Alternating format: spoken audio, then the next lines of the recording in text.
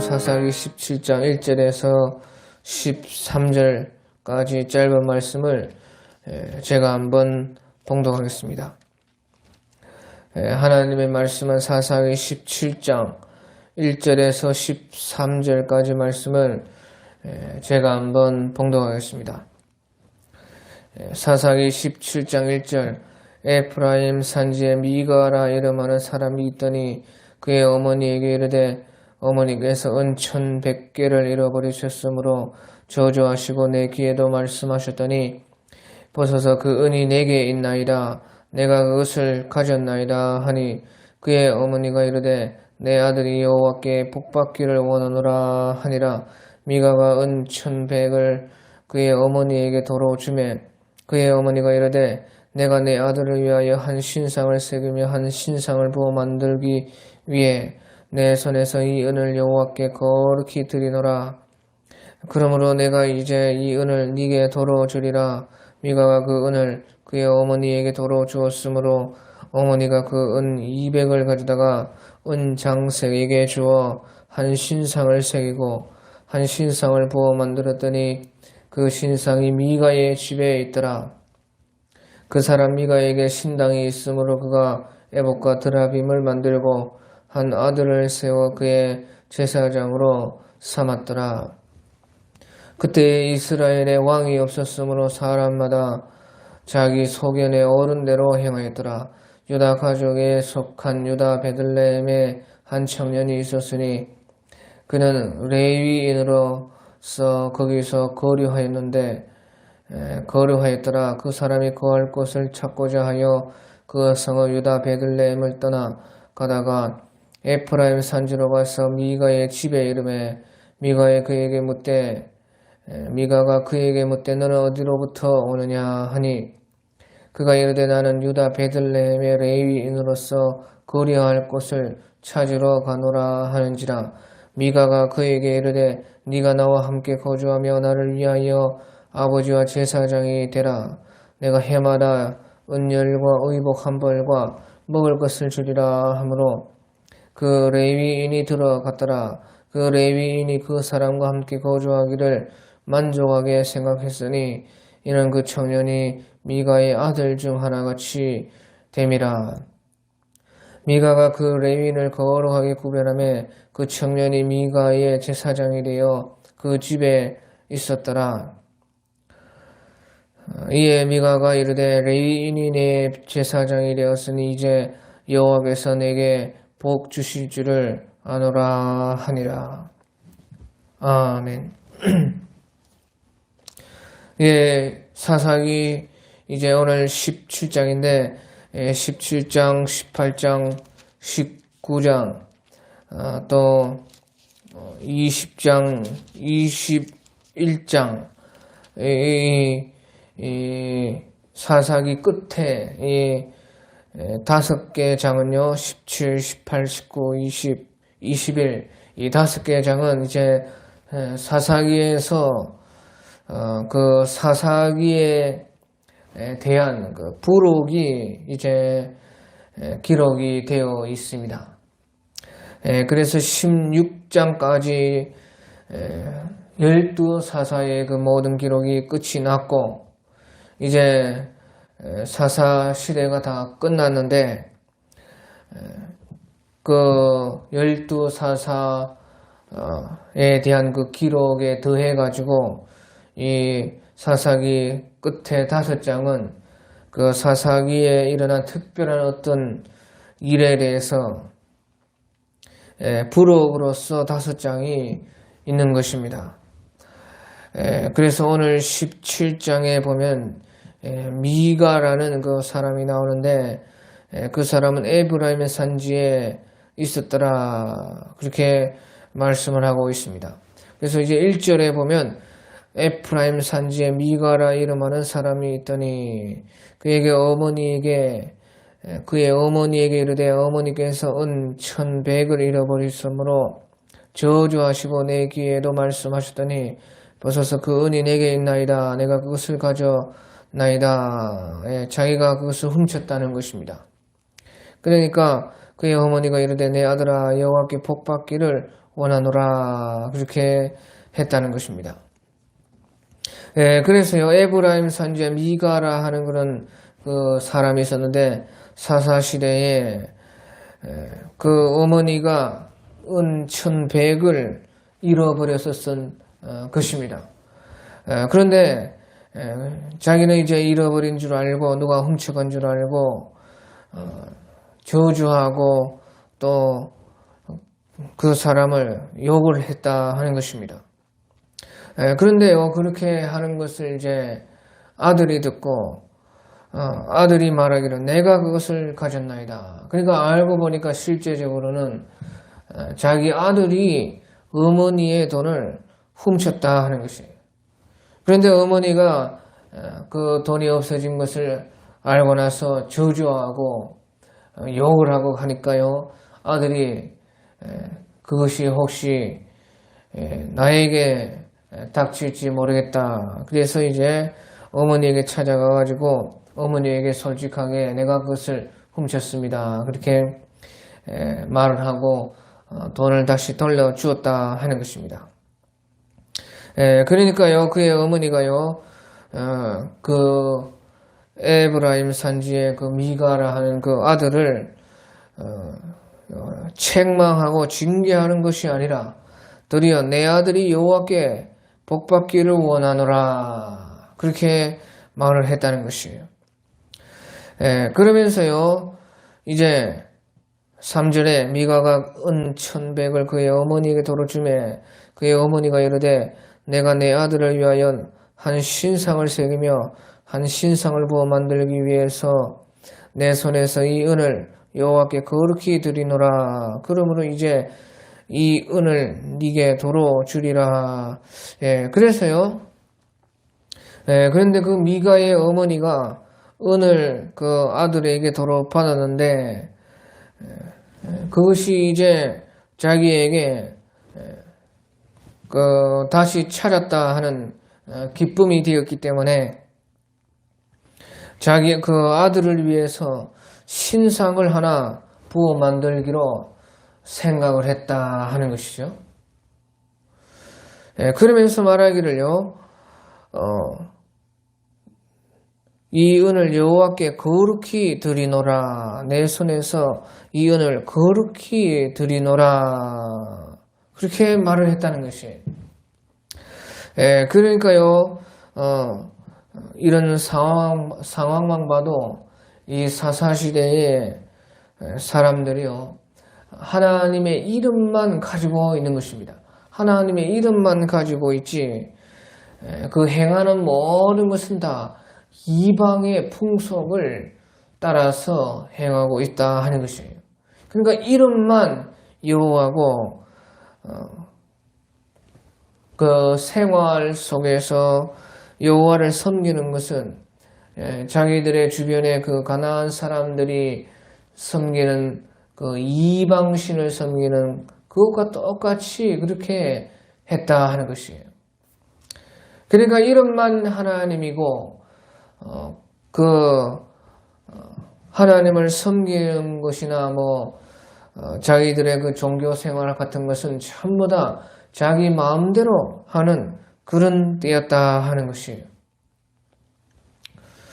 그래서요, 그 도둑질한 아들을 책망하지도 않고 오히려 내 아들이 여호와께 복을 받기를 원하노라 그렇게 말을 하면서 또 그 돈을 가지고 아들에게 도로 주면서 또 한 신상을 만들어서 그것이 이제 우상이 여호와라 그렇게 해서 그런 것을요 당연하게 생각하고 그것이 하나님을 즐겁게 하는 것이고 기쁘게 하는 것이고 하나님을 섬기는 것으로 그렇게 알았다 하는 것이죠. 그래서요 이 사사시대 특별히 사사시대 말년에 그런 사람들이 하나님을 섬기는 것이 다 이와 같았다 하는 것입니다. 그래서 4절에 보니까요 미가가 그 은을 그의 어머니에게 도로 주었으므로 어머니가 그 은 200을 가져다가 은장색에게 주어 한 신상을 새기고 한 신상을 부어 만들었더니 그 신상이 미가의 집에 있더라. 예, 그래서요, 아마 이 미가의 집이 대단히 큰 부자였던 것 같습니다. 예, 그래서요, 신당을 또 하나 만들어가지고, 은 200을 가져다가 이제 신상을 만들어서 그 신당에 모시고, 또요, 5절에 그 사람 미가에게 신당이 있었으므로 그가 에봇과 드라빔을 만들고 한 아들을 세워 그의 제사장으로 삼았더라 했어요. 이제 어디서 이제 들은 것은 있어가지고요, 여호와를 섬기는 것은 또 에봇이 있어야 된다. 그 소리를 알았기 때문에 이제 하나님의 성전에서 쓰는 에봇을 본따 가지고 그런 비슷한 것을 만들어 가지고 자기 신당에 두고, 또 그런데요, 드라빔을 만들어서 또 이제 이방신들을 보니까 또 이방신들은 또 드라빔을 만들거든요. 그러니까요, 하나님을 섬기는데도 또 에봇을 또 만들면서 또 드라빔을 또 만들고, 그러니까 뭐 전부 다 짬뽕인 것입니다. 예, 그러면서요, 또 그 한 아들을 세워서 거기에 제사장까지 삼았다 하는 것이에요. 그래서 이 아들은요, 친아들이 아니고요, 이제 밑에 보면요, 11절에 보면은 그 레위인이 이제 거기에 왔었는데, 그 레위인을 자기의 아들과 같이 그렇게 여겨가지고 제사장으로 삼았다 하는 것입니다. 그래서 이제 앞에 그것을 말을 하고 뒤에 나중에 그것을 설명하고 있는 것입니다. 그래서요, 이제 먼저 결론을 맺기를 6절에 그때에 이스라엘의 왕이 없었으므로 사람마다 자기 소견에 옳은 대로 행하였더라 하는 것이에요.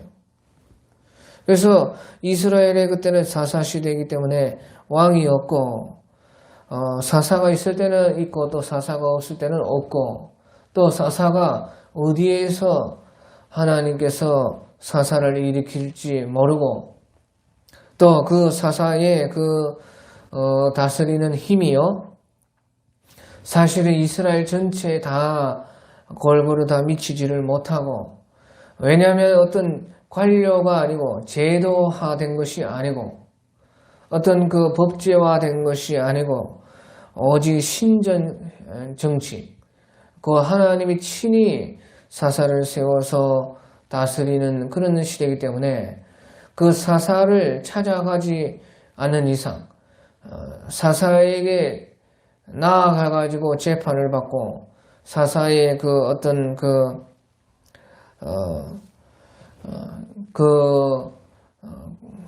고난 안에 들어가지 않는 이상은 이제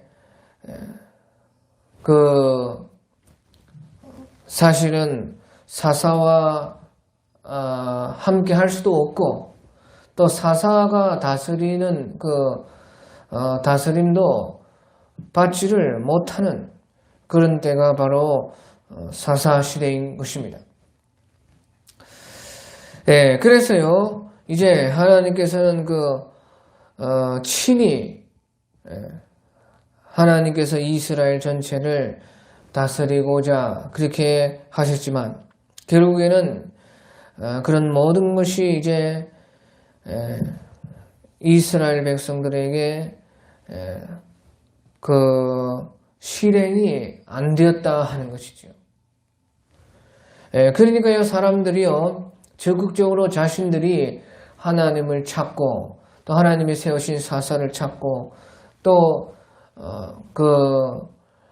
성전으로, 그때는 이제 성막인데 성막으로 나아가고, 또 하나님께서 세우신 레위인들을 통해서 교육을 받고 하나님을 섬기는 그 법을, 레위인의 그 삶을 통해서 배우고 해야 되는데, 그 레위인들마저도 제대로 신앙을 하고 있지 못하는 그런 때가 바로 사사시대였다 하는 것이에요. 그래서요, 6절에 그때에는 이스라엘의 왕이 없었으므로 사람마다 자기 소견에 옳은 대로 행하였더라. 그래서요, 이제 왕을 세워가지고 모든 것을 제도화시키고 법제화시켜가지고 관료화시켜서 그 이스라엘 가운데 하나님을 섬길 수 있도록 그렇게 해야 되는 그런 시대적 그 변화를 맞이하고 있는 때였다 하는 것을 말씀을 하고 있습니다. 그래서요, 하나님께서는 이런 것을 다 아셨고 미리 벌써 율법에서도 이제 앞으로 왕이 나타났을 때에 그 왕이 어떻게 해야 되는 그 규례까지 벌써 이미 다 하나님은 이스라엘 백성들에게 주셨던 것입니다. 하지만요, 그 왕이 나와가지고 관료화되고 제도화되고 법제화되고 그 조직화되어가지고 신앙하는 것보다 하나님은 먼저는요, 그런 시대가 오기 전 먼저는 자기들의 자유에 의해서 어떤 법이 아니라 조직이 아니라 어떤 관료에 해당해가지고 또 어떤 왕이라는 큰 권력에 의해서 움직이는 그런 신앙이 아니라요. 하나님께서 더 원하시는 것은 우리의 자율과 우리의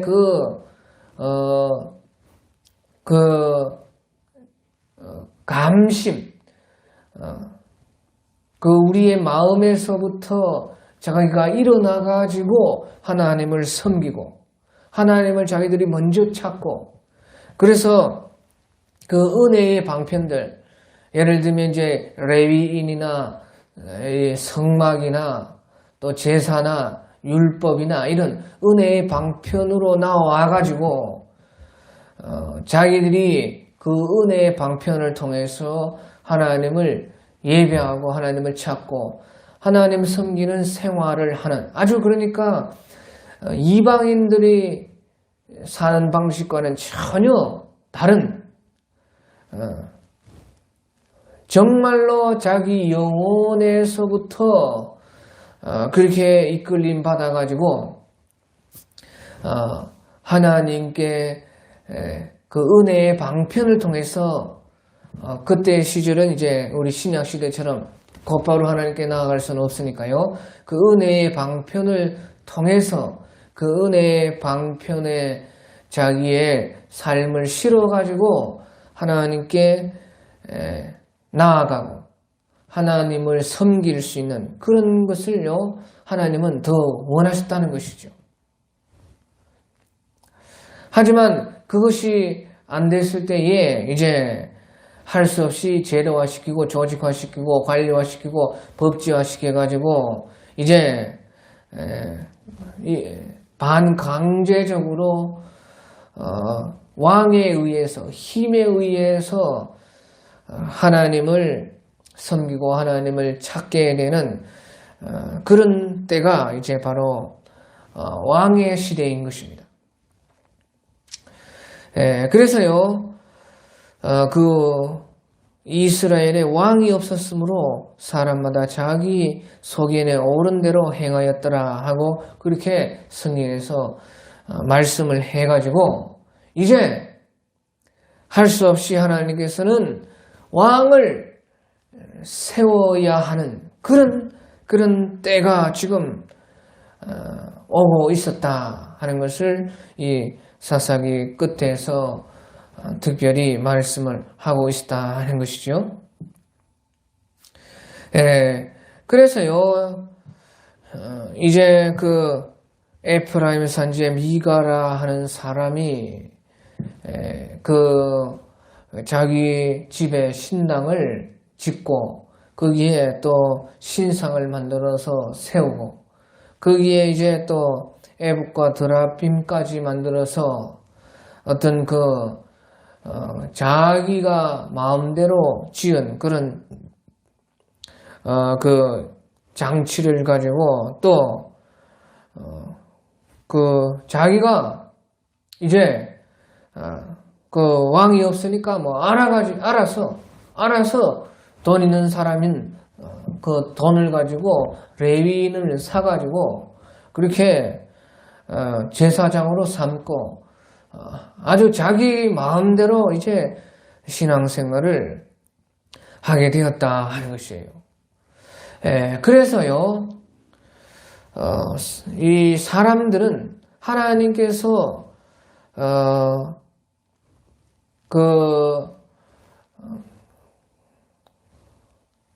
왕의 시대 이전에 만들어 놓으신 그런 하나님을 섬길 수 있는 그런 것이 아니고요.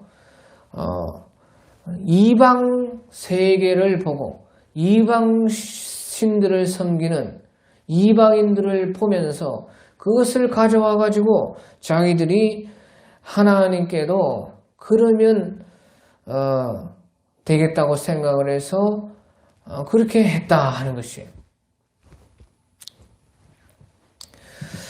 그래서요, 이제 그 사사시대의 끝이 이제 온 것입니다. 그래서 이제 미가가 자기 집에 그렇게 했던 그 이제 내력을 보면요, 어떻게 해서 이제 자기의 아들을 세워서 제사장으로 삼았는가 하는 것은요, 그 아들이요, 진짜 자기 아들이 아니고, 이제 그것이 이제 7절부터 13절까지 오늘 나오게 되는 것입니다. 그래서 유다 가족에 속한 유다 베들레헴의 한 청년이 있었는데, 그는 레위인으로서 거기서 거주하였더라. 그래서요, 그 사람이 거주할 곳을 찾다가 이제 그 성읍 유다 베들레헴에서 자기의 원래의 그 사는 곳은 유다 베들레헴인데 거기에서 떠나서 에브라임 산지에 와가지고 이 미가의 집에 이르렀다 하는 것이에요. 그래서요, 9절에 보니까 미가가 그에게 묻되 너는 어디에서부터 오느냐 하니까 그가 이르되 나는 유다 베들레헴의 레위인으로서 거류할 곳을 찾으러 가노라. 그랬어요. 이 하나님의 사람, 기업이 없는 하나님의 그 백성들의 자발적 헌신으로 말미암아서 그들의 그 이제 성막에 있는 그 사람들은 11조와 또 그 사람들이 하나님께 드린 그 예물을 가지고 살아가고 또 지방에 있는 모든 레위인들은 그 각 지파마다 그 내어준 그 성읍에서 그 이스라엘 사람들의 그 11조를 통해서 또 그 이스라엘 각 지파에서 그들에게 허락한 그 목초지에서 그 유목을 통해 가지고 그렇게 해서 이제 레위인들이 살아가게 되는. 그러니까요, 사실은요, 왕이 있기 전까지 하나님께서 이스라엘 백성들에게 신앙을 주었던 방식은요, 모든 것이 다 자율입니다. 자율. 그래서요, 우리가 구약시대가요, 율법의 그런 지배를 받는 그런 그 시대이고, 또 어떤 장소, 성막, 또 거기에서 이제 동물의 제사를 드리는 그런 여러 가지요, 눈에 보이는 그런 것에서 움직이는 그런 시대가요, 구약 시대였지만요, 그 속에서도요, 왕이 있기 전까지는요, 그것이 있지만 사실은요, 모든 것이 자율적 신앙에 의해서 사실은 운행되게 하나님께서 했습니다. 그런데 이제 그 구심점이 바로 사사였던 것입니다. 사사. 처음에는 이제 모세, 그 다음에 여호수아, 그 다음에 12사사를 통해서 하나님께서는 구심점은 두셨지만요. 그 신앙 모든 것은요, 다 자율에 의해서 되어지도록 하는 것이에요. 레위인들이 사는 것도 그 이스라엘 백성의 자발적 그런 그 섬김을 통해서 그 살 수가 있고 생활할 수가 있고, 또 이스라엘 백성들도 그 하나님을 섬기는 것 다 자율에 의해서 하는 것이에요. 그러니까 율법이 있고 제사 제도가 있고 성막이 있지만 그 모든 것도 이제 이스라엘 백성들이 자율적으로 그 율법을 배우고 또 그 율법대로 또 지키고 그런 것이요. 그러니까 율법이 있지만 사실은 율법과 자율 가운데 어느 것이 더 크다 그렇게 말했을 때요. 비록 율법이 있지만요. 자율적인 그 이스라엘 백성들의 마음에서 오는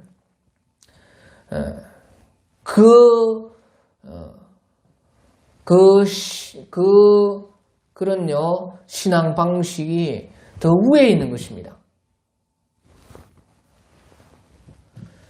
그러니까요, 아무리 그 구약 시대였지만요, 우리가 신약 시대에 영적으로 한다. 그러니까 영적으로 했을 때는요, 완전하게 율법도 없는 그런 우리의 자율적 신앙이 아닙니까?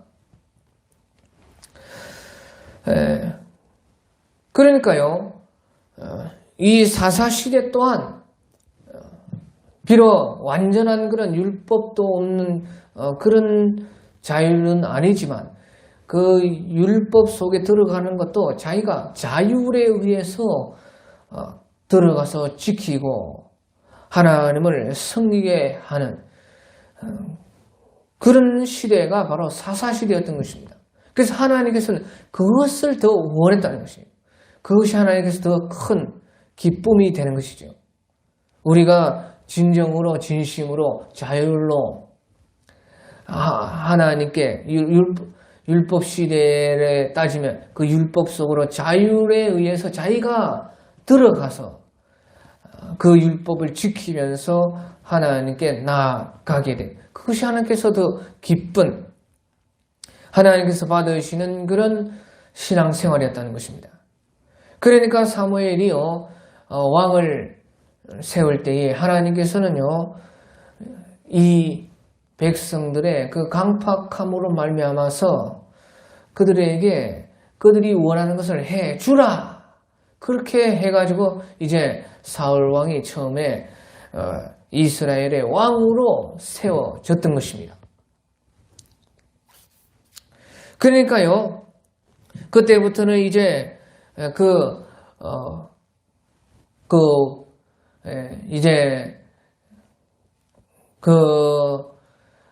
신앙의 법과 또 이제 세상의 법이 같이 동시에 생겨가지고요. 하나님의 법이 제일 최고로 올라가고, 그 다음에 이제 세상법이 그 밑에 있고, 그 세상법 밑에서, 이제 신앙의 그 자율이 거기에 있고, 그러니까요, 본래는 어떻게 보면요, 사사시대까지는 신앙의 그 자유가 제일 위에 있고, 그 다음에는 이제 율법이 있고, 그 다음에는 세상법을 이제 다스리는 것인데요.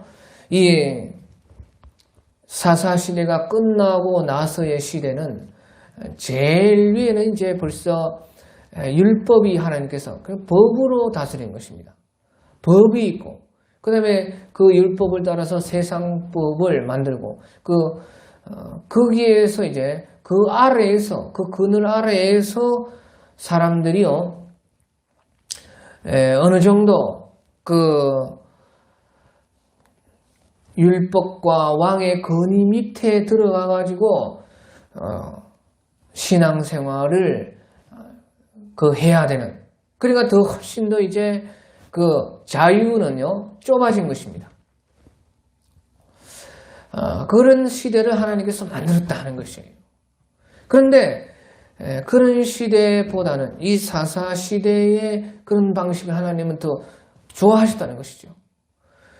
그런데 할 수 없이요, 사람들이 이렇게요, 그 자유를 가지고 막 나가는 것입니다. 자기 소견에 어른 대로 그냥 했다는 것이에요. 그래서요, 이 레위인들도요, 그런 자율적 신앙이 깨어지기 시작하니까 자기들이 알아서 살궁리해야 된다 하는 것이에요. 그래서요, 이제 유다 베들레헴의 한 레위인도 자기 살 길 찾아가지고 이리저리 찾다가 이제 에브라임 지파 미가의 사는 동네에 이르렀다 하는 것이에요. 그러니까 미가가 네가 나와 함께 거주하며 나를 위하여 아버지와 제사장이 되라. 그러니까 내가 너를 내 아버지와 같이 제사장같이 그렇게 모시겠다. 그러니까 네가 우리 집 산당에서 신당에서 제사장 노릇 해주면 내가 이제 해마다 은열과 의복 한 벌과 먹을 것을 주리라 하므로 그 레위인이 들어갔더라. 그래서요, 그 레위인이 그 사람과 함께 거주하기를 만족하게 생각했으니 이는 그 청년이 미가의 아들 중 하나같이 됨이라. 그래서요, 미가가 아들과 같이 그렇게 해가지고 자기 신당의 제사장으로 삼아줬다 하는 것이에요.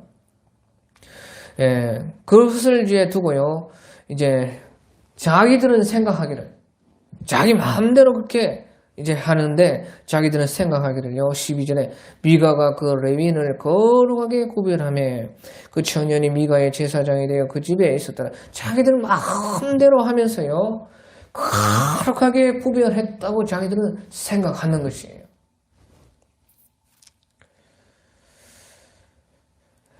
그래서요, 13절에 이에 미가가 이르되 레위인이 내 제사장이 되었으니 이제 여호와께서 내게 복 주실 줄을 아노라 하면서요, 자기들 마음대로 하고 그것을 이제 자기들이 스스로 자기 입으로 칭찬을 하고 그러면서 여호와께서 기뻐하셔가지고요, 복을 많이 우리에게는 주실 것이다, 그렇게 생각하면서요, 그것이 이제 하나님을 섬기는 신앙이라고 생각하고 살았다. 그 시대가 바로 사사의 시대다 하는 것이죠.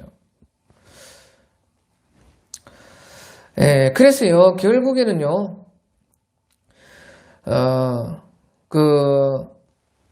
자기들의 마음대로 했을 때에 이렇게 착각할 수가 있다는 것을 이제 말을 하는 것이에요.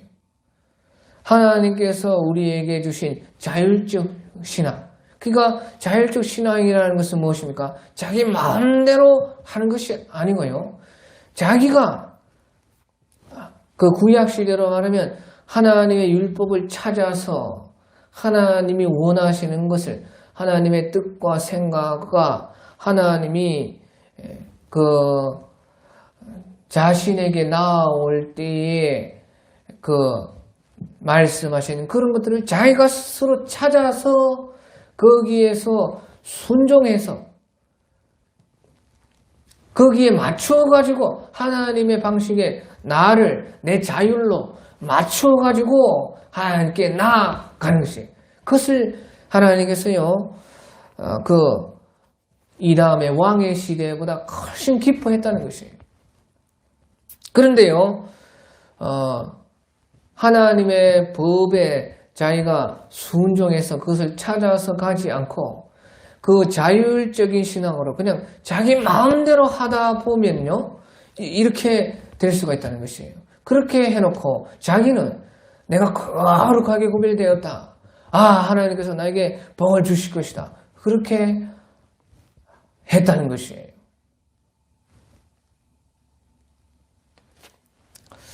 이제 신약의 시대로 말하면요, 신약의 시대는요, 모든 것이 이제 율법까지 배어진 영의 시대로서요, 진리가 너희를 자유케 하리라. 그렇게 말을 했죠. 그래서 우리는 모든 것이 자율적 신앙입니다. 그런데 신약에서는요, 바로 구약에서는 그 자율적 신앙으로 율법 속에서 순종해서 율법 속으로 들어가가지고 하나님을 배우는 것이고요. 신약 시대는요, 우리 자율적 신앙에서는요, 내 속에 하나님의 영에 따라서 사는 것입니다. 우리 모든 것이 자유인 것입니다. 그래서 우리가 죄를 짓더라도요, 우리가 하나님께서요, 죄를 지으려면 갑자기 손이 안 움직인다든지, 발이 안 움직인다든지, 눈이 바로 감긴다든지, 그렇게 하지 않지 않습니까? 모든 우리의 육체의 자유가 있고, 또 우리의 생각도 마찬가지, 생각의 모든 자유가 있고, 신약시대라는 것은요, 구약시대는 그래도 어느 정도의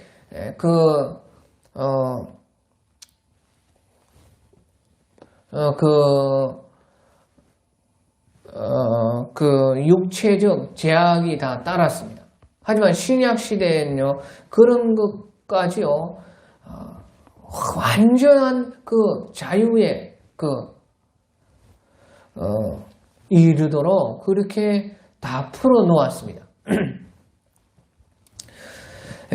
그래서요, 이 신약 시대라는 것은요, 우리의 그런 자유를 가지고 바로 하나님의 영 속으로 들어가서 그 하나님의 영으로 말미암아서 그것을 이제 신약 시대는요, 생명의 성령의 범위라 그렇게 말하는 거죠. 그래 그것을 찾아서요, 거기에 순종해서 거기에 맞추어서 하나님께 영으로서 나아가는 것이 이제 신약 시대의 신앙인 것이에요. 그래서 그것을 두고 예수님께서는요, 그것이 진리라 하는 것이에요. 우리의 자율적 신앙이 영의 하나님께서 우리에게 부어주신 성령, 생명의 성령의 법에 맞추어지는 것을 진리라 하는 것이에요. 그 진리가 우리를 자유케 하는 것이죠. 그것을 보고 이제 우리는요, 참으로 우리 신앙에 자유를 얻는다 하는 것이죠. 그래서요, 우리의 자유라고 해서요, 내 마음대로 하는 것이 아닙니다. 내 마음대로 하면서 내가 거룩하게 구별되어서 하나님께 복을 받겠다 그렇게 생각하는 것은 심히 큰 착각이라는 것이죠. 우리 신약 시대는요, 하나님의 영에 복종하는 것입니다. 하나님의 영에 순종해서 나아가서 하나님이 참으로 나와 함께 하셔서 모든 것이 거기에서부터 선이 이루어지고 의가 이루어지면서 하나님의 뜻과 생각과 모든 것이 이루어져서 거기에서 잘 되는 것, 그것이 참 자유지요. 그것이 우리에게 제일 좋은 것이죠. 그러니까요, 제일 좋은 것이면서 잘 되는 것이면서 하나님의 뜻과 생각과 하나님의 의를 이루면서도 우리가 다 잘 되는 것이, 그것이 참 자유죠.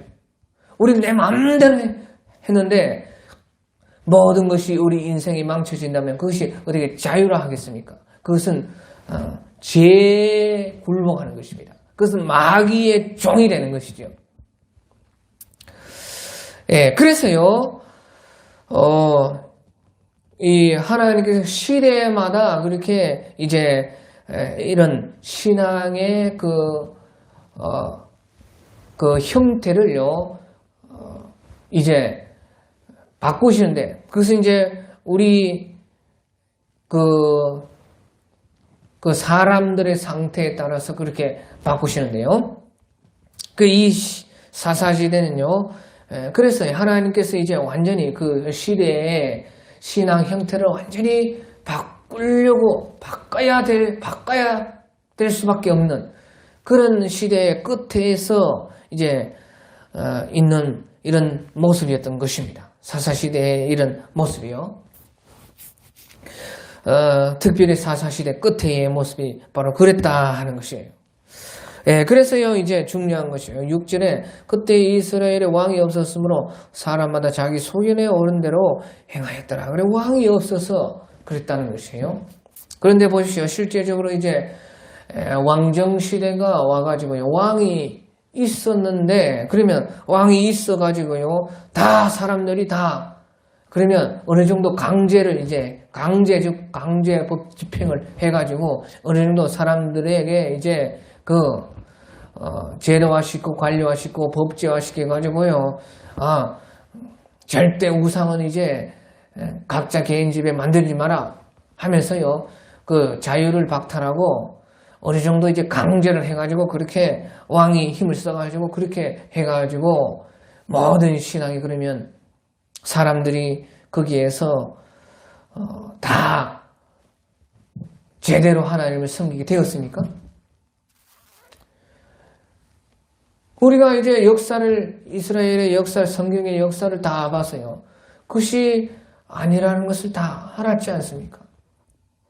선한 왕이 왔을 때는 그래도 좀 낫고, 하지만 그 왕마저, 하나님이 세우신 왕마저도요, 우상을 따라가고 자기 마음대로 그렇게 하니까요, 나라가요, 오히려 그 사사시대보다 더 못할 때도 있었다 하는 것이죠. 왜? 사사시대는 그래도 자율적이니까요. 자율적이니까 또 자율적으로 하나님의 율법을 찾아서 복종한 사람들은 또 잘하는 사람도 있고, 또 그 자율이 더 율법 위에 우선하기 때문에요. 또 자기 마음대로 이렇게 중간쯤 섞어가지고 이렇게 미가와 같이 그렇게 하는 사람들도 있고, 또 완전히 그냥 이방신들에게 가는 사람도 있고, 형형색색인 것입니다. 그러니까요, 이 신약 시대는 지금 다 완전히 그 자유에 있으니까요, 얼마나요, 난잡한 그런 세상이 되었습니까? 그래도 그런 속에서도 또 그 자유가 있으니까요. 자유를 통해서요, 영을 찾아가서 정말로 그 하나님이 원하시는 그런 신앙생활을 하는 사람도 있고, 완전히 엉망인 사람도 있고, 그런 것입니다. 하지만요, 이제 왕을 세웠을 때는요, 왕이 어느 정도 다 컨트롤을 하기 때문에요, 잘못되면 거진 다 잘못되게 되고, 잘되면 거의 다 같이 잘 되고, 그러니까요, 왕에 의해서, 선한 왕이 나왔을 때는 그 전체가, 신앙생활이, 나라 전체가 다 그래도 좀 잘 되고, 하지만 그 왕도요, 악해가지고 타락했을 때는요, 그 왕이 잡고 있던 그 힘에 의해서요, 또 백성 전체도 같이 이제 타락이 되는 것이에요. 그래서요, 이 왕이 있다고 그 신앙이요, 제대로 그렇게 되었던 것은 아닙니다. 이 사사시대보다 못한 때도 있었다 하는 것이죠. 그래서요, 여기에서는요, 성경이 17장 6절에서 그때는 이스라엘에 왕이 없었으므로 사람마다 자기 소견에 옳은 대로 행하였더라 했는데요, 이 말은요, 이제 이 말의 완전한 뜻은 무엇이냐? 완전한 뜻은요, 그러니까요, 이스라엘 왕, 그 왕이 없어서 그러면 이렇게 되느냐? 그것은 아니라는 것이에요. 왕이 있어도 내나 뭐 다윗과 같은 왕이 나면 몰라도요 계속 그렇게 되는 것도 아니고 또 다윗과 같은 왕이 있더라고 해도 그것이 완전하게 온전하게 또 되는 것도 아니고요. 그래서요 이 말씀이 가리키는 근본적인 뜻이 무엇인지 알아야 돼요. 우리가 그래서요 우리가 신약까지 와가지고 이런 말의 뜻을요 보았을 때는 이스라엘의 왕이 없으므로 사람마다 자기 소견에 온 대로 행하였더라 하는 말은 결국에는요 바로 예수님께서 왕이 되어서 예수님께서 왕으로서 우리 속에 각자의 속에 예수님께서 왕으로 오셔야지만 자기 소견에 오른 대로 자기 마음대로 살지 않게 되어서 결국에는 참 자유에 이르는 그 길이 거기에 있다 하는 것을 말씀하고 있는 것이에요. 그러니까 예수님께서 참 우리 영혼의 왕이 되어야 된다 하는 것을 말씀해 주는 것이에요. 그래서요 예수님께서 우리에게 왕으로 오시기 전에 이스라엘 가운데 그런 선한 왕 또 악한 왕 여러 왕들을 세우셔가지고요 마침내 그런 왕들이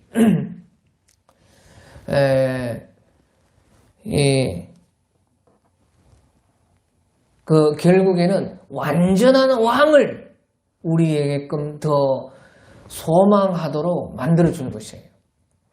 그래 좋은 왕이 또 이 좋은 왕 이렇게 좋은 왕 또 이 좋은 왕보다 더 좋은 왕이 없을까? 완전한 왕은 없을까?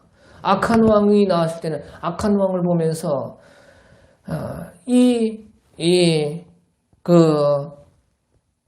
완전한 그 왕이 없을까? 악하지 않은 완전한 왕이 없을까? 좋은 왕이 나왔을 때 이런 좋은 왕이요 영원할 수는 없을까? 그런 소망이 이제 이스라엘 가운데 생기게 하는 것이죠. 그 다음에요 이제 예수님이 오시죠. 진짜 왕, 진짜 완전하고 영원한 왕, 그 왕을 소망하게끔 우리에게 해주는 것입니다. 그래서 결국에는요 바로 예수님께서 우리에게 왕으로 와야지만요 완전한 신앙에 이르는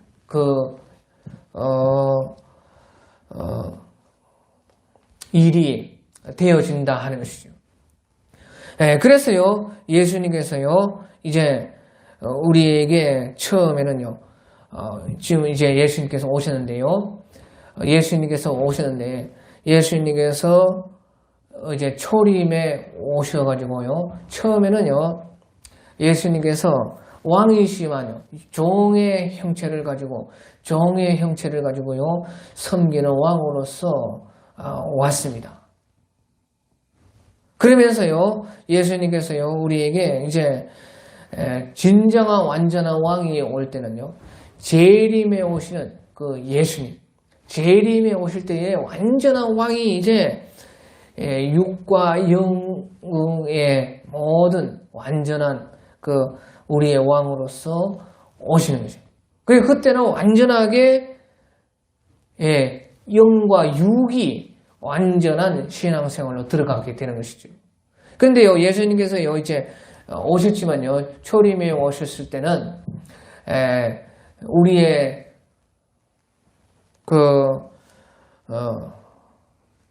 종의 형체를 가지시고 우리에게 오시기 때문에요. 그 예수님께서 이제 먼저 우리를 구원하시고 그 구원받은 사람들의 영에서 왕으로 우리에게 오셨어요.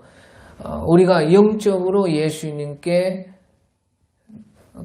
나아가고 그러니까 영에서부터요 우리가 예수님을 왕으로 모셔서 우리 소견대로 하는 것이 아니라요. 예수님의 영으로 오신 예수님을 따라서 그 지배를 받았을 때에 거기에서 이제 참 신앙이 이루어지게끔 그렇게 지금 해놓은 것입니다. 그런데 그것도 완전하지는 않죠. 왜? 그것이요, 어떤 부분적으로만 그렇게 되는 것이지 않습니까? 그러니까요, 결국에는 이제, 그래서 우리가 완전한, 우리의 신앙이 완성되는 그 재림 예수님을 우리가 기다린 것이에요.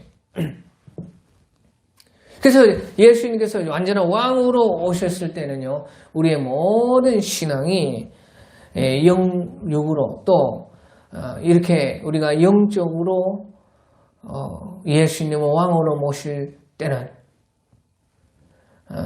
우리의 영에 의해서 우리가 또 거기에 복종하기도 하고 복종 안 하기도 할 때도 또 있고, 그러니까 육이 있기 때문에 그렇죠. 완전하게 영으로 예수님과 함께 결합이 안 되고 그런 그 시대가요, 바로 신약 시대인 것입니다. 그러니까요, 이제 성경 역사의 전체를 봤을 때 이제 창세 시대에서부터 노아 이후의 시대에서부터 이제 아브라함 그 시대에서부터 이제 그 모세 여호수아 사사 시대에서 그 다음에 그 왕정 시대로부터 또 왕정 시대가 끝나고 포로 완전히 그냥 이제 아주 이제 마귀가 제일 위에 있는 그런 시대가 바로 이제 왕정 시대라 할 수 있죠. 마귀와 세상이 제일 꼭대기에 있고, 그 다음에 무엇이 있어요? 거기에서 이제 그 다음에 율법이 있고, 그 율법 밑에 뭐가 있어요? 그 자유가 있고. 율법도 아니죠. 제일 꼭대기는 이제 포로 시대와 같은 시대는요, 세상이 제일 꼭대기에 있고, 세상이 제일 높고, 그 다음에 이제 그 자유가 있고, 세상 밑에 이제 우리의 자유가 있고, 우리의 자유 밑에 율법이 있는 것이에요. 그런 시대가 아니라 포로 시대죠. 그러니까요, 이런 구약 시대에 모든 그 시대가 바뀌어져 가면서 하나님께서 모든 신앙 형태를 다 해보신 것이에요. 모든 신앙 형태를 다 구약 시대에 하나님께서 다 여셨던 것이죠. 그 다음에요, 전혀 새로운 예수님의 초림에 의해서 영적 왕이 있는 그런 그 영적 왕이 있는 시대, 그 시대가요 지금 시대입니다. 그 다음에요 어떤 시대입니까? 예수님이 재림에 오시면요 모든 영의 세계와 육의 세계에 합쳐져서 완전한 그런 예수님이 제일 이제 꼭대기고, 그 다음에 이제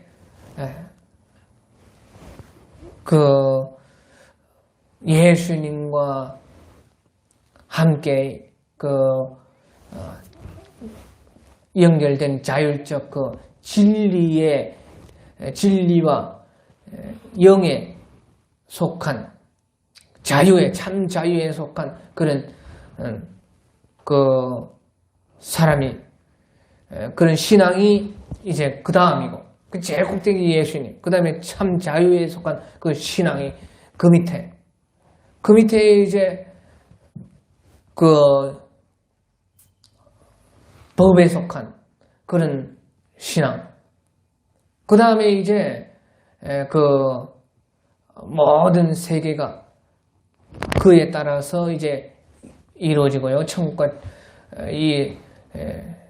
하나님 나라 전체가 그렇게 이루어지고, 그 밑에는 완전하게 이제 하나님이 없는 그런 말하자면 지옥이 있게 되어서 하나님과 완전히 끊어진 그 세대가 완전하게 이렇게요. 그것이 참 질서인 것이에요. 그런데 하나님은요, 이제 그 구약 시대부터는요, 그 모든 것을요, 우리가 퍼즐 조각 맞추기 하듯이 이것을 1번으로 올렸다가 또 이것을 2번으로 내렸다가 또 3번을 또 1번으로 올려보고 그렇게 다 했던 것이에요.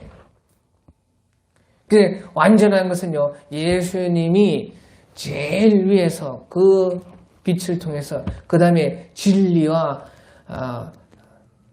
영의 참 자유에 있는 거기에서 또 그 다음에 이제 거기에서 이제 질서와 법대로 쫙 들어지고 거기에서 또 이제 이 만물들이 질서정연하게 그러니까 쫙 맞는 것이에요. 그 다음에 이제 완전히 그 세계와 단절되어서 완전히 그 어두움밖에 없는 그런 그 지옥까지 완전하게 질서 정연하고 완전하게 구분되어져서 완전한 질서이면서도 완전하게 구별되어지.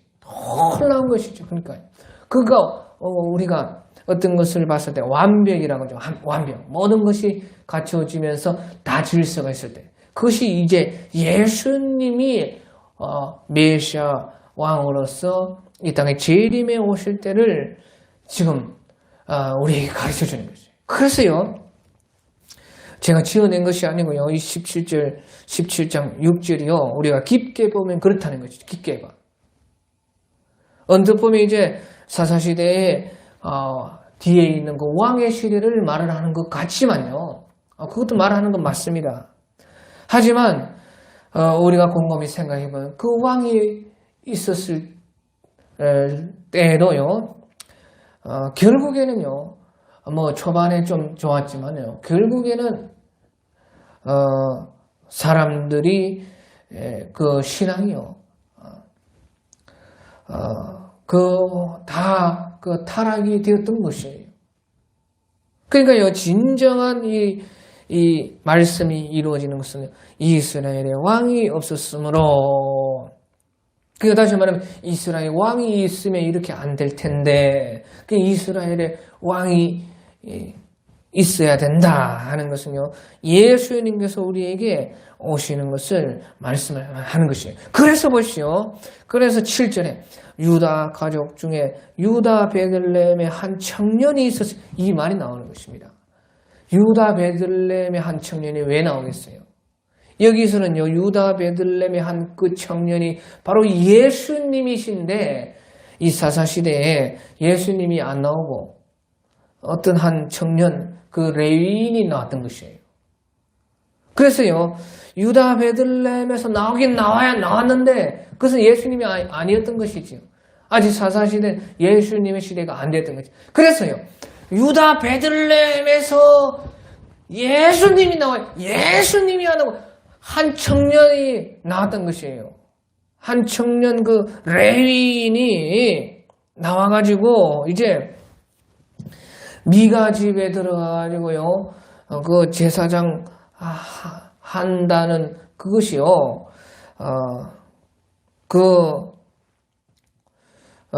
한다는 것이요, 그래가지고요, 이제,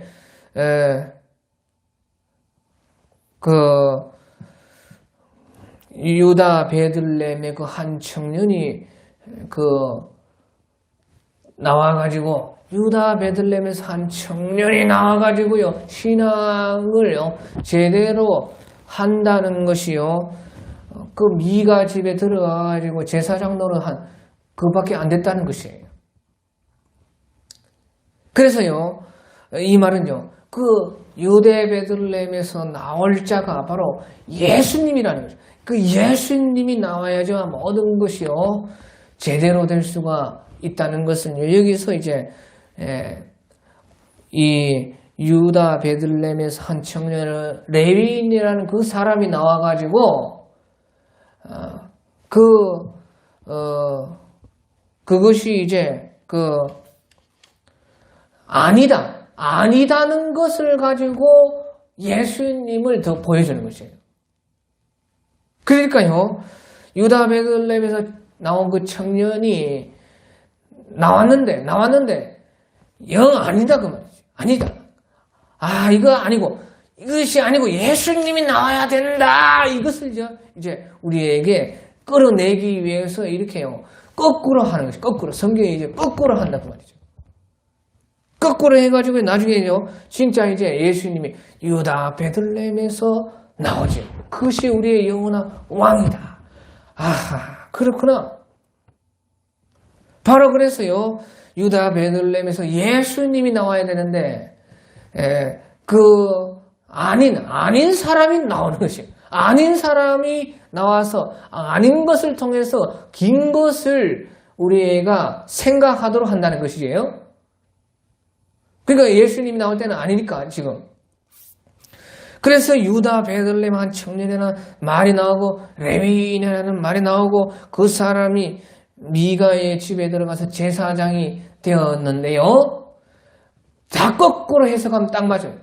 유다 베들레헴에서요. 예수님이 나와야 되고 예수님이 참 우리에게요. 레위인이고 우리에게 참 제사장이고 그 예수님을 우리 집에 모셔야 되고 우리 마음속에 내 왕으로 모실 때에 그때에 13절의 마지막에 여기죠. 이에 미가가 이르되 레위인이 내 제사장이 되었으니 이제 여호와께서 내게 복 주실 줄을 아노라 해서요. 마침내는 이 아닌 사람은 통해서는 복을 받을 수 없는 것이고 마침내 그 예수님께서 참 우리의 제사장이 되시고 우리의 집에 오시고 내 영혼에 오셔서 왕이 되어 주셔서 마침내 그 여호와 예수님께서 우리에게 복을 주실 것이다 하는 이것을 우리가 생각하도록 한다는 것이에요. 그래서요 바로 예수님께서 우리의 왕이 되셔야지요. 우리가 우리 마음대로 하면서도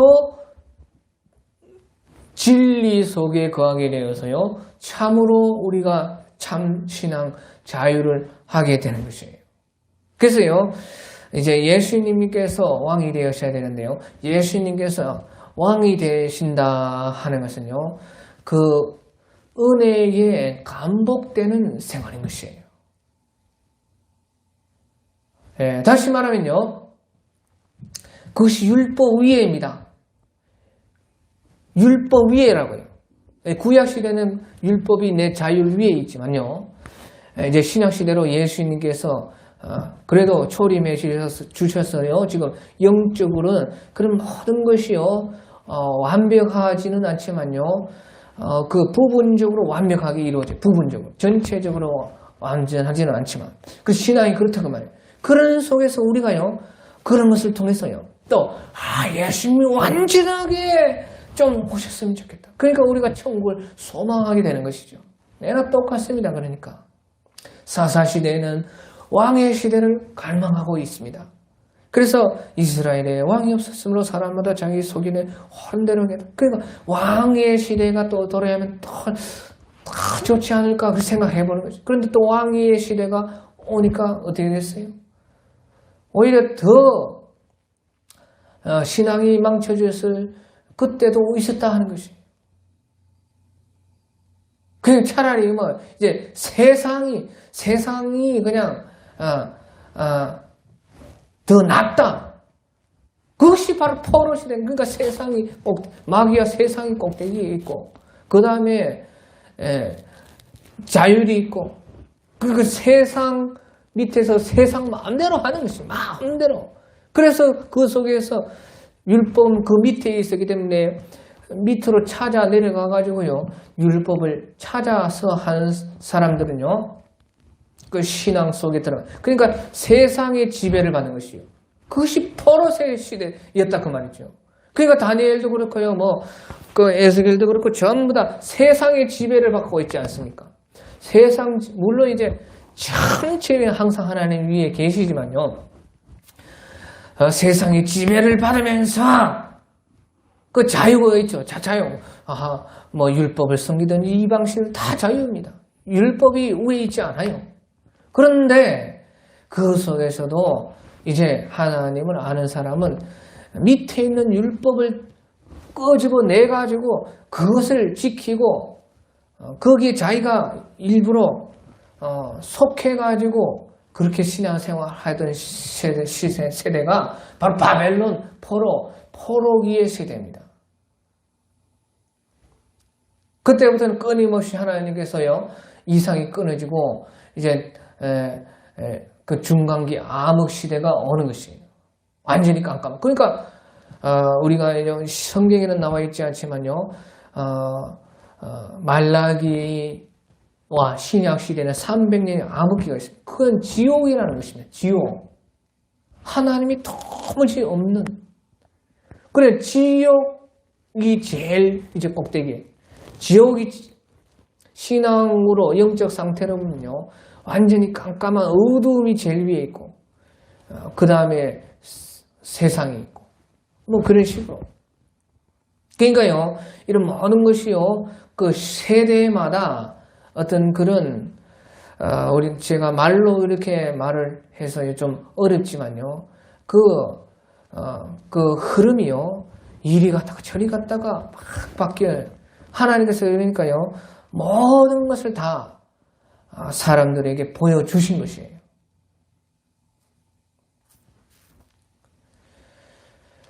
그래서요. 아무튼지요.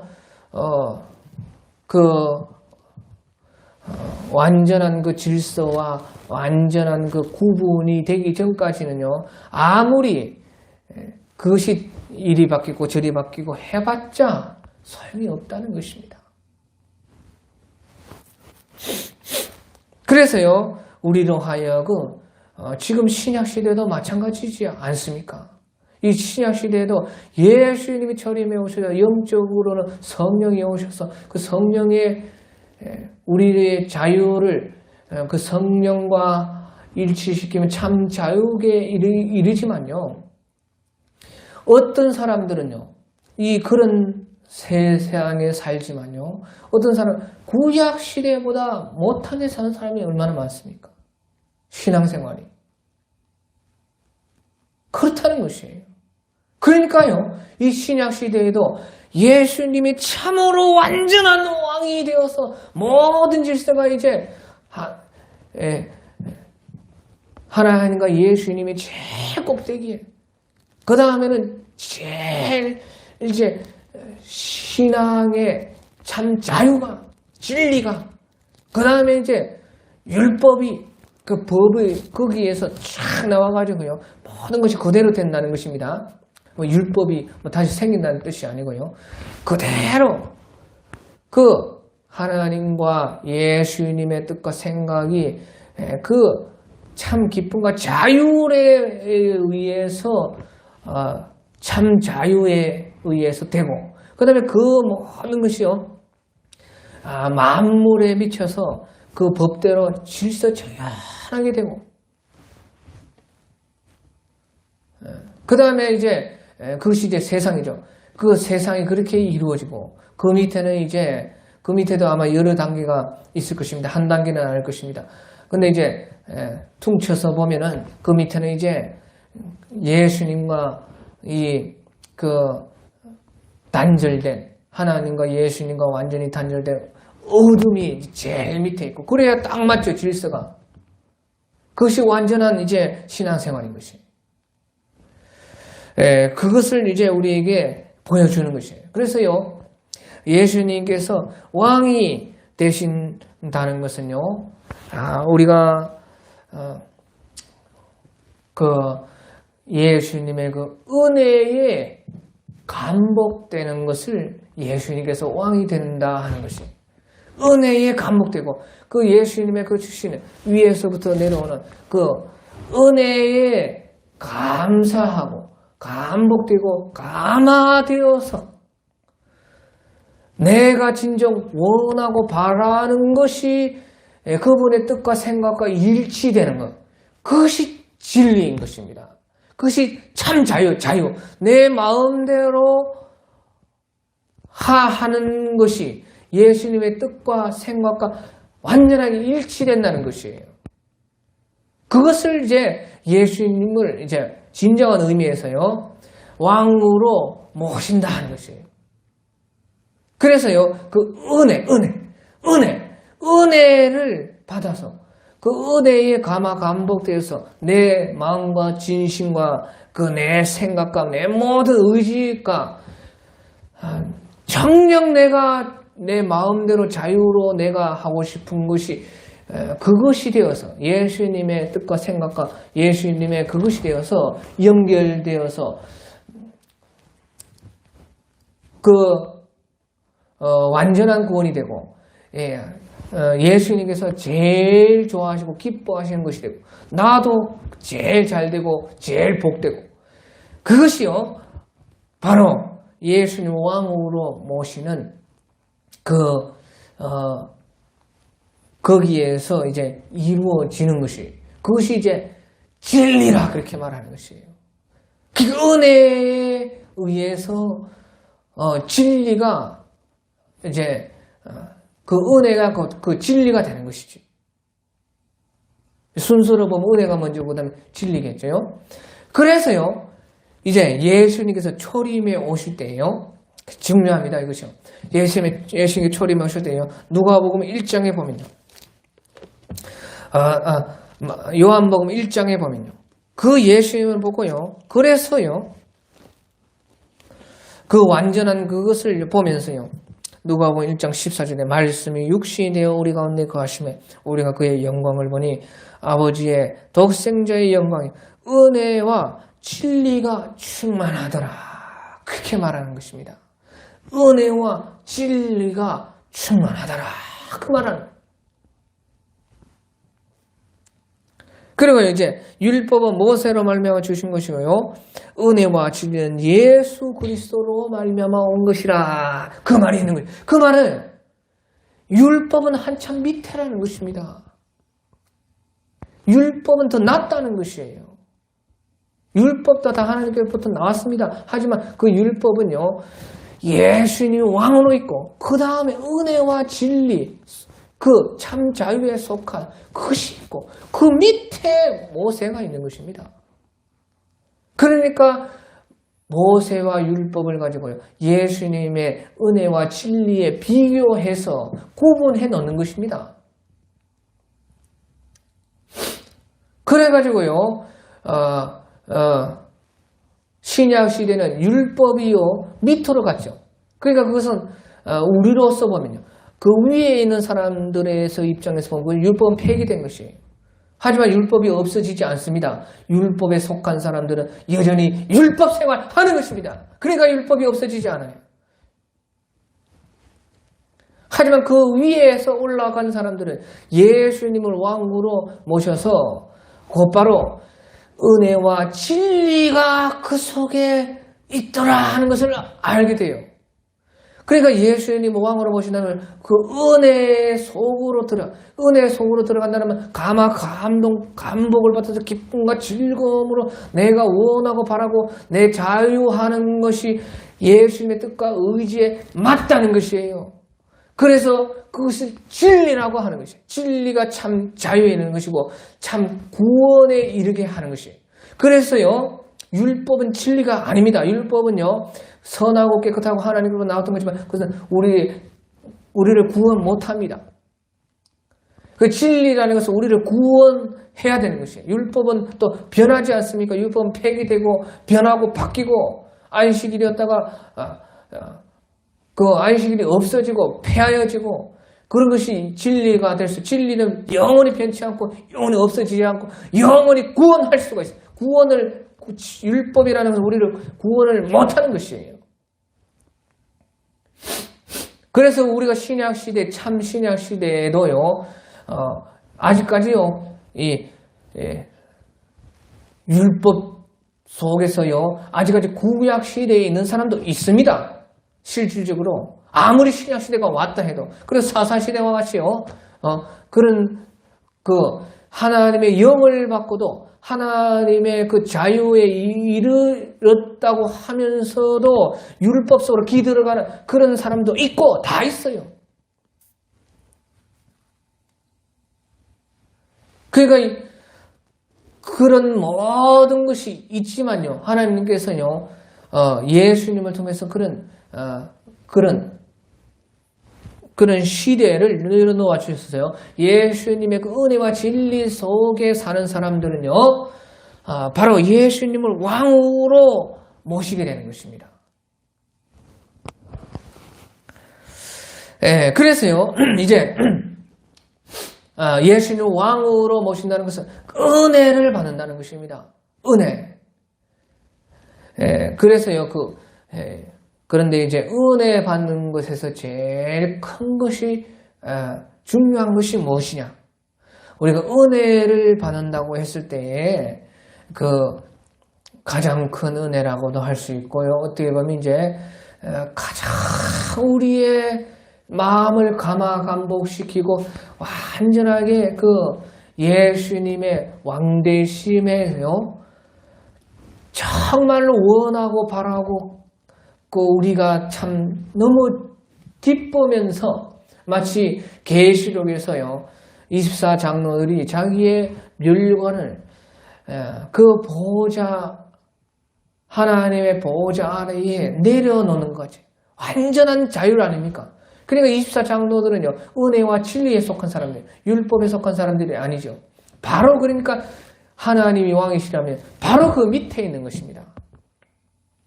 순서가 엄연히 구분이 되어 있습니다. 하늘나라도 그 질서가 완전히 구분되어 있는데요, 그 중에서도 은혜와 진리에 속한 그런 사람들인 것이죠. 그런 사람들은. 예, 그래서요, 그렇게 우리가 정말로 내가 원하고 바라고 좋아서 감동받아서 하나님의 왕되심으로 내가 살아간다는 그 중에 제일 큰 것이요, 바로요, 은혜 중에 제일 큰 것은 우리가 죄인임에도 하나님께서 여전히 그 통일한 은혜를 주시는 거기에 있는 것입니다. 우리가 죄인이면서도, 우리가 죄인인데도, 죄인인 것이 완전히 드러나는데도 하나님께서는요, 여전히 그 은혜를 우리에게 주신다는 거죠. 그래서요, 이렇게 죄인인데, 이렇게 우리가 하나님 앞에 자격이 없고 부족하고 아무것도 아니고 마른 막대기와 같고 깨진 하리와 같은데요, 하나님께서는요, 여전히 동일한 은혜를 내 행위에 상관없이 내가 잘하거나 못하거나 동일하게 하나님께서 그 은혜를 내려주는 것을 우리가 알게 되고 체험할 때요, 거기에서요, 우리의 정말로 하나님을요, 왕으로 모시는 그런 감동이 거기에 있습니다. 그러니까요, 성경이 우리가 아직 죄인되었을 때에 자기 아들을 내어주시고 예수님께서 자기 자신을 내어주셨다 하는 것입니다. 그러니까 거기에서요, 은혜다 하는 그 말 뜻을 우리는 알게 되는 것이죠. 뭐 선물 주는 것도 은혜고, 잘해주는 것도 은혜고, 태어나게 해준 것도 은혜고, 다 은혜입니다. 하지만 정말로 우리가 은혜다 했을 때 정말로 그 말은 감동이 되어서 완전하게 주님을, 정말 주님은 나의 왕이십니다.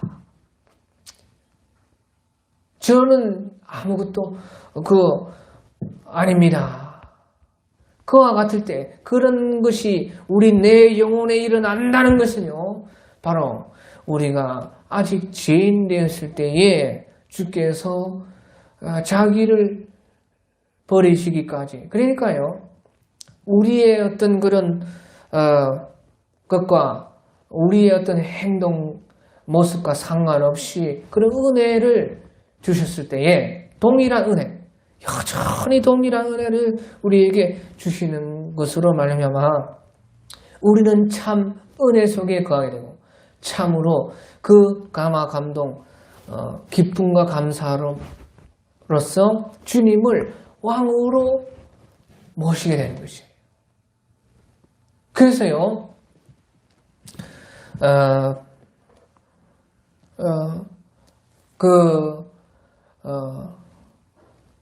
자기가 이제요, 은혜를 안 받으려고 하는 사람, 은혜를 안 받으려고 하는 사람, 또, 그것을 이제 부담스러워하고, 또 자기가 죄인인 것을 인정 안 하는 그런 사람은, 결국에는요, 자기 소견에 옳은 대로 행해서 자기가 의를 삼는 것이에요. 자기가 그 의를 삼는 것이에요. 은혜를 받기 싫어하는 사람. 그러니까 벌써요, 그것은요, 벌써 우리의 생활 속에서 다 드러납니다. 그 자기 자존심 때문에 도움받기 싫어. 그것은 벌써요, 그 마음 자체는 벌써 하나님께서 은혜 주시되 그 사람 안 받습니다. 100% 그렇습니다.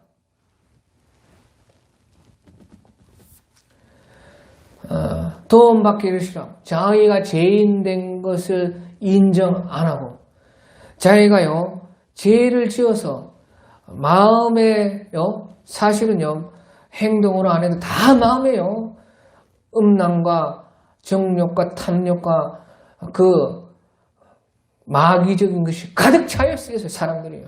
얼마나 가득 차 있는지요. 그것을 어떻게 하냐? 내가 내를 봐서 아는 것이, 내가 내 속에 진실하면요, 그 인정 안 할 수 없습니다.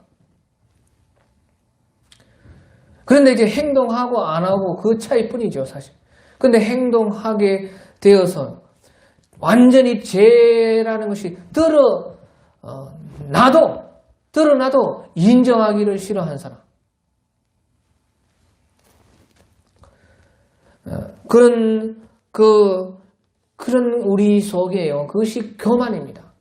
그것이요, 그것 때문에 은혜를 안 받으려고 하는 것이에요. 자기 자존심, 그것이 자기의 의가 돼요. 그러니까 자기 소견대로하는 것이에요. 그러니까요, 그 사람이 율법 속에 들어가서 사는 것입니다. 율법이 무엇이에요? 내가 했다. 그러면 자기 자랑하는 것이에요. 아, 내가 이 정도인데, 내가 이런 사람인데, 나는 이렇게 신앙생활에서도 하나님 나는 이렇게 섬기고 저렇게 했다. 내가 새벽기도 1년 360일 안 빠졌다. 나 주일에 빠진 적 없다. 내가 11조 했다. 그렇게 율법 생활하는 것이에요. 그러니까요, 그것이요, 잘못됐다는 것이 아니고요, 제 말은. 그렇게 할 수밖에 없다는 것이에요. 율법 속에서 산다는 것이에요. 다시 말하면요, 예수님께서는 우리의 왕으로 오셔서 은혜와 진리 속으로 우리를 지금 끄집어내려고 초림을 해가지고 지금 재림까지 이제 하셔가지고 그렇게 하려고 하는데, 자기가 단계로 보면 1단계, 2단계, 3단계, 4단계 그렇게 있으면 자기가요, 위로 올라가지 않고 밑으로 자기가 가려고 하는 것이에요. 그러니까 단계적으로도 율법이라는 것은 자기의 의이고 자기의 자랑이고 자기가 그래도 이제 어떻게 보면요, 안 믿는 저 어둠, 제일 끝에 단계에 있는 지옥 어둠에 있는 사람보다 낫죠. 그래 낫지만요, 그래도요, 그것은요, 자기의 의가 있고 자기가 자랑이 있고 자기가 나는 이 정도면 괜찮다, 나는 죄인이 아니다. 그러니까 당연히 그것은요, 은혜와 진리의 거기에서 사는 사람보다는 밑이 될 수밖에 없는 것입니다. 그러니까요, 그 사람에게는요, 율법 생활하는 사람에게는요, 기쁨이 아닙니다. 이거 해야 돼. 강박관념인 것입니다. 이거 이렇게 할 수밖에 없어. 그러니까요, 자기 힘으로 그것을 지키면, 그것이 또 자기 힘으로 했으니까 자랑이 나오는 것이 100% 자랑 100%가 그는 율법 생활을 했다는 것입니다. 그 부분에 있어서 또 다른 부분에 있어서는 영적으로 또 은혜와 진리에 또 속할 수도 있긴 또 있어요. 그러니까 이것이 복잡합니다. 제가요 이런 것은요 다 이렇게 말로 표현할 수가 없어서 자꾸 어렵게 되는 것뿐이에요. 그러니까 알아듣는 데까지만 알아들으면 돼요. 아는 사람은요, 내가 말을 해서 아는 것이 아니고 자기가 벌써 영에서부터 알기 때문에 내가 말을 잘하든지 못하든지 그 사람은 아는 것입니다. 근데 네가 어렵다, 모른다. 그러면 네가 아직 몰라서 모르는 것이다 그 말이에요. 말을 들어서 알 수 있으면 다 알았게요. 그렇지 않습니다. 그러니까요, 우리가 이렇게나 길어진 일 모르겠네. 아무튼지요. 바로 예수님을 왕으로 모신다는 것은 은혜 속에서 그 은혜를 이제 받아서 그 은혜 가운데요 가장 우리의 그 감화감복이라는 것은 우리가 아직 죄인인데도 주님께서 그 은혜를 주셨다는 것이에요. 그 은혜를 통일하게 주고 있다는 것입니다. 거기에서요, 사람은 완전히 녹아져 버린. 그러니까 하나님이 녹아지니까 하나님은 높죠. 여전히 높죠. 우리가 낮아져서 제일 녹아져 버린다. 그 말이죠. 그러니까 예수님의 말씀대로 낮아지는 자는 높아지는 것, 그게 천국이다. 높아지는 낮아지는 것이 천국이다. 그 질서가 그렇다는 것이에요.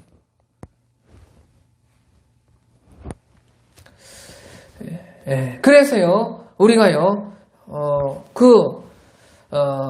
이렇게요, 은혜와 진리 속에서 은혜 받기를 싫어하고, 은혜를 안 받고, 또, 이제 자기가 죄인인 것을 인정 안 하고, 또 죄인인 것을 인정해도 인정하는 그만큼, 얼마나 자기가 죄인인가 하는 것을 이제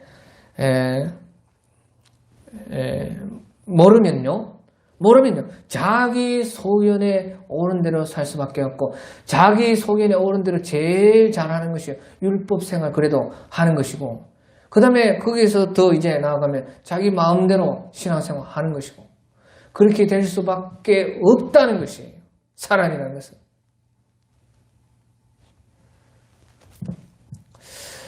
그래서요, 신앙생활의 기본이요, 제일 신앙생활의 기본이요, 자기가 발가붙는 것이에요. 진실. 예수님을 믿어도 진실해. 자기가 자기 속에서 진실해. 그래서요, 그것이 다 드러난다. 안 되면요, 하나님께서 죄를 짓도록 해가지고요, 내 속 안에 있는 죄가 내 밖으로 끄집어내는 것입니다. 하나님 일부러 보라고 네가 죄인. 그러니까 예수님께서요 세리와 죄인들에게 어떻게 말씀하셨어요? 세리와 죄인들이 바리새인과 서기관들보다 천국에 먼저 간다는 것이에요. 천국에서도 높다는 것이에요. 더. 왜? 그들은요 세리와 죄인들은요 자기 속에 있는 죄가 밖으로 드러났지 않았습니까? 죄를 행위로 지어가지고 드러나니까요. 그 세리와 죄인들은 다 자기가 죄인이고 다 자기가 하나님 앞에 악한 자라고 인정을 한 것이. 인정을 하니까요. 하나님의 은혜는 똑같은데 인정하는 그 사람은요. 그 은혜를요. 너무나 정말로 은혜인 것입니다. 은혜. 자기가 죄인이니까. 하지만 똑같은 정욕과 탐욕으로 가득 차 있어도요. 서기관과 바리새인들은요. 자기 속에만 있지 자기 겉으로는 그것이 안 나타났거든요. 그러니까 자기는 죄인이 아니라고 생각하니까 어때요? 그러면서 율법 생활했으니까 자기 자랑만 하고, 그러니까요, 은혜에 못 가는 것입니다. 그러니까 은혜에 못 가니까 진리에 못 가죠. 그러니까 참 자유가 없지요. 그러니까 예수님을 더 가까이 뵙지 못해. 그러니까 예수님이 가까이 간 정도가 곧 하늘나라의 정도인 것이다. 그 말이죠. 그러니까 제가 더한 곳에 은혜가 더했다는 그 말이 나오게 되는 것이에요.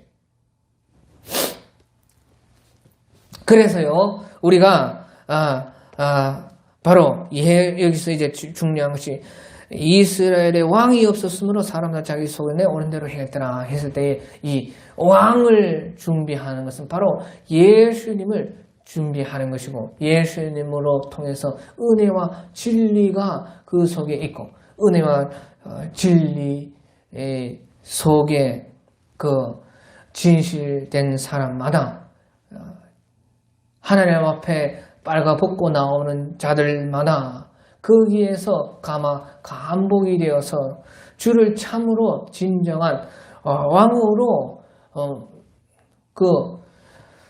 사람의 모든 사람의 상태는 다 똑같은 것이에요. 그런데 자기가 인정하느냐 안 하느냐 그에 따라 달린 것이지요. 그러니까 거기에 따라서 이제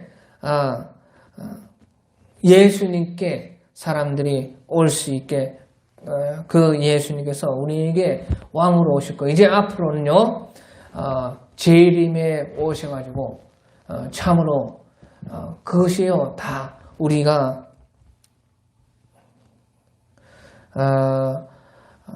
예수님의 그 질서 속에서 완전한 예수님 왕되심 속에서 완전한 신앙에 이르게 되어지게끔 그렇게 우리가 그것을 바라볼 수 있도록 이렇게 말씀을 해주고 있다 하는 것입니다.